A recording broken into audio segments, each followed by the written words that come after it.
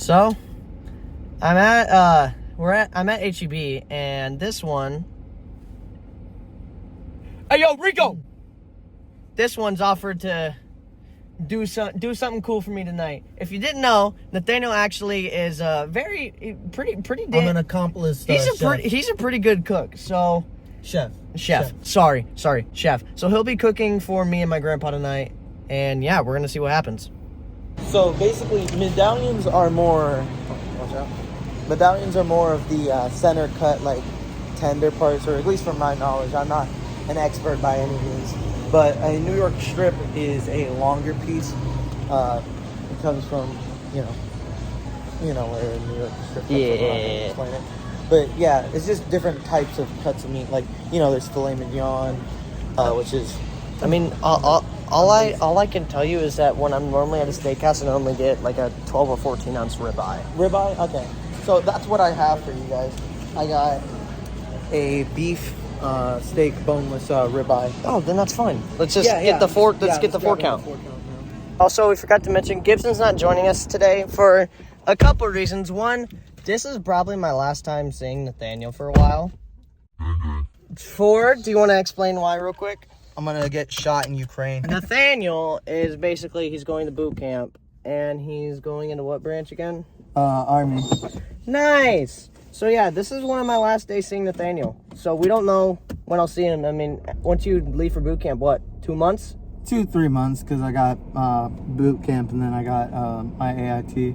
All right. Well, we'll see what happens. I'll find you eventually. I'll track you down. All right, Rico. Let's go get cooking. Let's go get cooking. It doesn't sharpen your knives, it's honing. This is called a honer. It's to keep your knife's edge sharp. So it keeps it sharp, but not keeping it sharp. No. And garlic asparagus sound good to you? Wonderful. For those of you that don't know, this is my grandpa. He's been very excited to eat this food. I've been hyping him up about this for a week now, so we'll see how this goes. Alright then. I'm gonna help him as much as I can. Don't let him help you too much. I said as much as I can. He has been looking forward to this for a while. I mentioned it to him one time, and he was like, "Ooh, free food." Well, look, man. Any excuse to use the skills I've learned. Use the expertise. Yeah, any excuse I get to show off is fine by me. All right, so you cut the potatoes now. Mm-hmm. What's the next step? The next step is turning on your weird stove. I know it's weird. Everybody says that.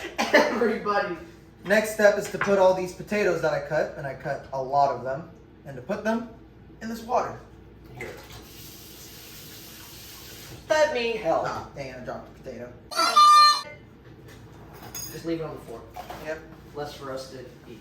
It might not be in here anymore. Oh, disappointing. Bummer, dude. Don't drop any potatoes. I'm gonna. You jinxed it. I dropped some, don't worry. It's fine if you drop any. I should splash. It's gonna splash you. Splash. I'm taking a bath. Okay. So, I'm gonna be honest with you, Nathaniel. We've never made potatoes like these. We always just use the stuff in the box. Well, then this is gonna be a pleasant surprise for you. I know. Next step is let these things cook for about 20 or so minutes until they are fork tender. Okay. Cool. And while that is going, we're going to start seasoning. Yeah. We're gonna start seasoning the steak. Now, anytime you're going from doing the raw stuff, you gotta wash your hands. Be sanitary. Yes. If you're not sanitary, then none of that salmon and manila. well, it's steak. You're not gonna get salmonella. Yes. Again, my stupid is showing. Did we ever say which ones we got? No, we didn't. New York strip. Yeah, we got 4 new pieces. Is that what it is? 4 pieces of New York strip. Yeah. Again, I'm the stupid one here. He's gonna do most of the talking. I'm gonna be behind the camera getting the shots because that's what I'm good at. Yep. Very nice. Hold on, explain what happened. Olive oil. We forgot to, or not we, Nathaniel thought I had olive oil. Wow, thanks for. Okay, you're right.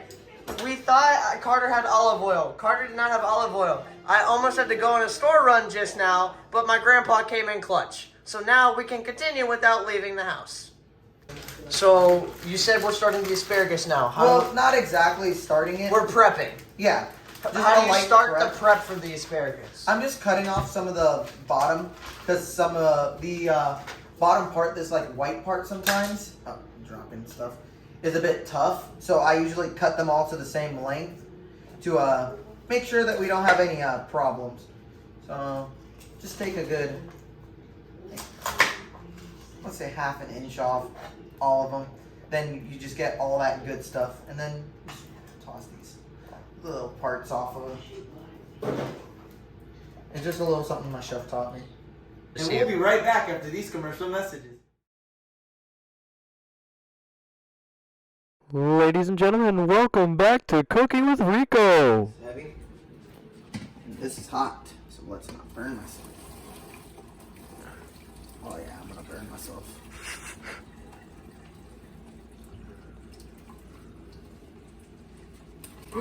Ooh, knew it. Be careful.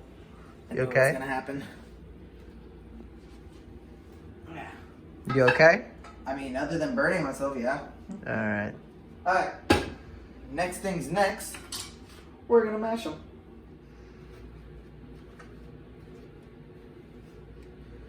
While I do this, I should probably get another thing started. I'm going to be melting down butter and heavy cream and pouring it into here. Okay. It helps smooth out the mashed potatoes, so then they're not very gritty. Did somebody say gritty? Butter's melting. Pour good old helping of heavy cream in there. About that much to do. And just melt it down. If I need to add more heavy cream, I will.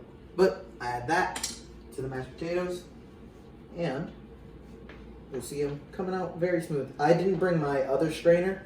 I have a ricer essentially, which makes the mashed potatoes even smoother as I go through it again. But since I don't have that, not gonna worry about it.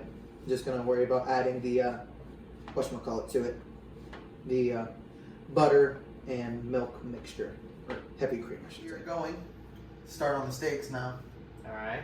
So we got it to a medium-high heat. Just gonna let it sit there, let the pan heat up. Then I'm gonna add the olive oil. Or probably should add the olive oil now. Tell me when my pan's hot. And get a good amount in there. Because I'm cooking 4 steaks. This is a nice heavy cast iron pan. You use cast iron when you want to cook things very evenly. And for something like steak, it'll definitely cook evenly. But you also use it for things like chicken, pork if you're doing that. It just evenly distributes the amount of heat you have, better than a normal like lighter pan. Oh, here we are. Oh, it's done? We're about there. Get off the masher. I don't see any, so add a little bit at a time. That was about half, I would say. Turn this off. Woo! That was a little mishap. I should have used definitely should have bought a bigger pot with me, but that's why I grabbed this as well.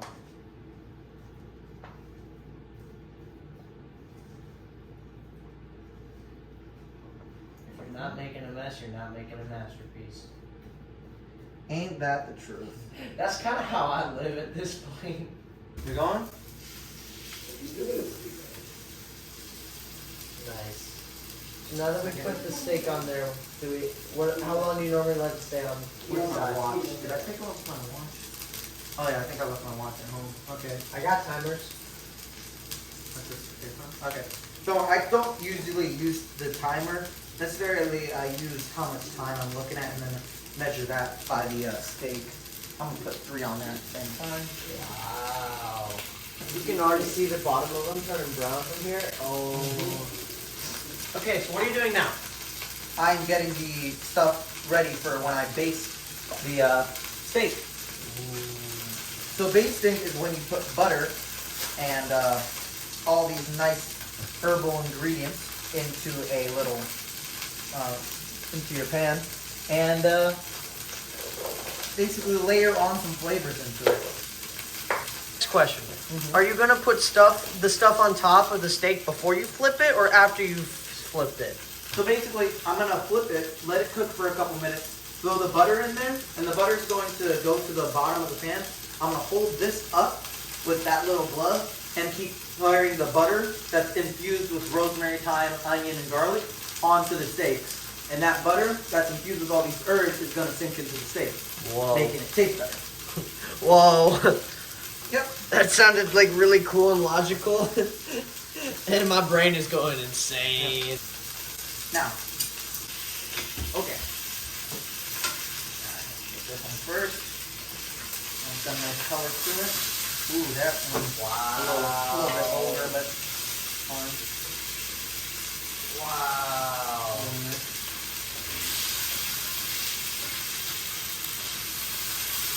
And after that cooks for a little bit, we'll be throwing in all this stuff. Awesome. Now we're just gonna let the inside cook for a little bit? Yep, just let me go to side cook for a second. Awesome. Throwing the butter in there.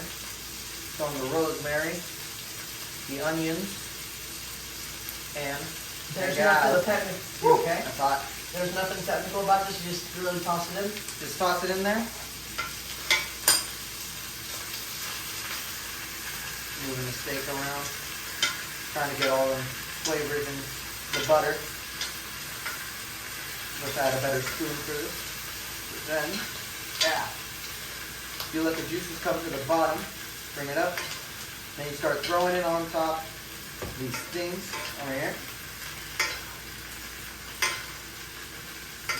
Very hot, so watch yourself.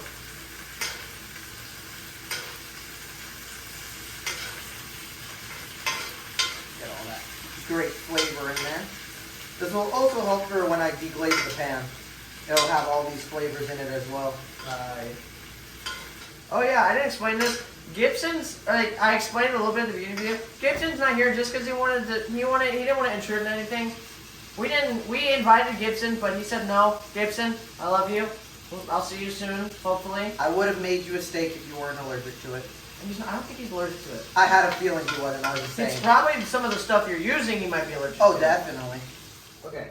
Explain what you're doing real quick. Well, so off camera we strained it. Now we have this beautiful looking deglazed stuff. I'm just adding a little flour to thicken it up and using it as a little glaze on top of the whatchamacallit, the steak. That's all. Nothing crazy. Okay, what are we doing? Blanching and shocking the asparagus by putting it in hot water.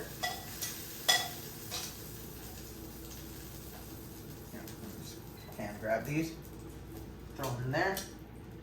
Shocking takes about, or blanching is right what we're doing right now. The shock comes afterwards when they go into ice water. Alright, so how long does it take before you put them in the ice water? About an hour-ish. Oh, I just want that nice, vibrant green color. And then once I get that nice green, I take it out and put it into the ice water to keep it that way. Dropped a little bit of it. It's fine though. There we go. Then we're just throwing a little ice. Oh, shoot. I'm gonna have to clean all that up. But it's just to make sure it keeps its nice green. Really, I didn't need to do that, but it's a process that I like doing because I feel like it makes it a lot quicker to like cook the asparagus afterwards. And then you don't really have to worry about overcooking the asparagus or undercooking it. Yeah. You can get it to a nice, quick, nice, good.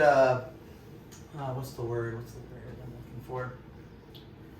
Texture and like consistency, like extremely fast. Instead of putting it on there and then you got the front that's like limp and the middle that's like too hard. Yeah. Steak, so I can get some of them juices from there. Toss it up in there, throw it back in here, and after that, I'll just cut up that last steak. And then it's all about plating. And just like that, in no time at all. And now it's time to plate, I guess. Yep. Plating's the most important part. Oh my god, he's being professional. He's wiping the plate off. I do it. Oh, you gotta clean the plate before you serve it. Dude, culinary chef. I'm currently wiping Trying to survive the fingerprints off right now. Okay, bring it back to the front table so we can actually see what you just made. Well, I'm not done yet. Because you forgot one of the most important things that I made. I did? Oh my god, wait, I gotta see this. The deglazed sauce. Coats the pan, coats the spoon quite nicely, if I do say so myself. I'm going to just add a little bit right there. Oh my god. Nothing crazy. Why? Why? Why is this so good, dude? Thanks, Chef Jimenez. And my mother. Mainly my mother. Gotta give her all the credit. Dude, that looks so good. I can't get over that. Wow. I'd clap, but I'm holding the camera. Wow. All right. Careful, then they might expect a steak dinner when they come back. All right, Nathaniel, it's the moment of truth. You want to see his reaction? Of course I do. Gotta make sure I did a good job.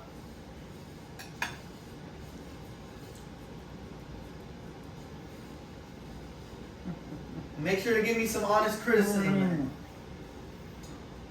I don't want the it's the best I've ever had. I want the critiques. I can chew it with my dentures, so that is good news. All right, that's good news. That's good news there. Okay. How's the seasoning? Too overpowering or? No, I can taste the meat, but it's well seasoned. That's what I've been aiming for. Too much seasoning just, Yeah. Try and let the food talk, you know? yeah.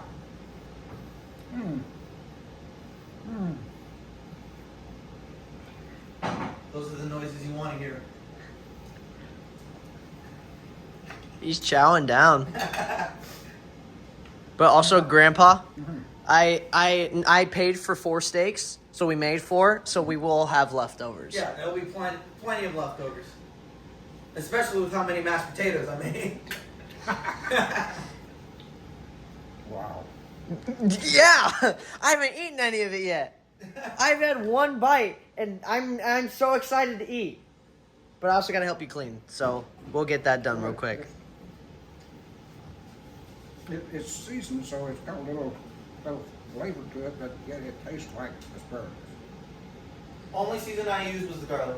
Really? Didn't because I was using the pan that I took all the steak in, so didn't really need to add anything else other than a little bit of garlic because I'm Dominican, cook everything with garlic. If you had to rate it on a scale of 1 through 10, what would you rate it? What, the asparagus? The whole meal. Oh, the whole meal? Well, I'm not to that point yet. That's a good answer. Hey, my mom both loves and hates it because anytime we have anything where it's like mashed potatoes, I'll have to be like, let me make the potatoes. I don't want the bags anymore. Dude. Like, there's nothing wrong with the bag. I like the bags too. But, like, making them like this, I just like it because I know I made it. And it's just more fun for me that way when I know I made it. I can usually tell the difference. Nathaniel. It's just served to me without having been in the kitchen. This is so good, dude. Thank This is you. so good, dude. Thank you. This is insane. Oh, did I add sauce to yours? Mm-hmm. Okay, I just want to make sure. I didn't actually try the sauce, so I didn't see if it needed more salt or anything like that. So Tastes pretty good to me. Well, it's a little dark here, but we finally finished eating. Nathaniel, that was an amazing dinner. I really thank you for that. Like, shake my hand, my friend. Of course. Ooh, I forgot you got that strong grip. of course, and if you'd like to take cooking lessons from me, you can find me at www.bestchef.com. If you're on Beat Bobby Flay, Yeah, I'm let's say gonna Bobby replay Flay, I'm that coming- clip. I'm coming I'm gonna for replay that clip. But yeah, that's the end of the video. Thanks for making dinner, Nathaniel. Of course. We're gonna go play. We're gonna watch a movie and play video games now. Peace. Bye.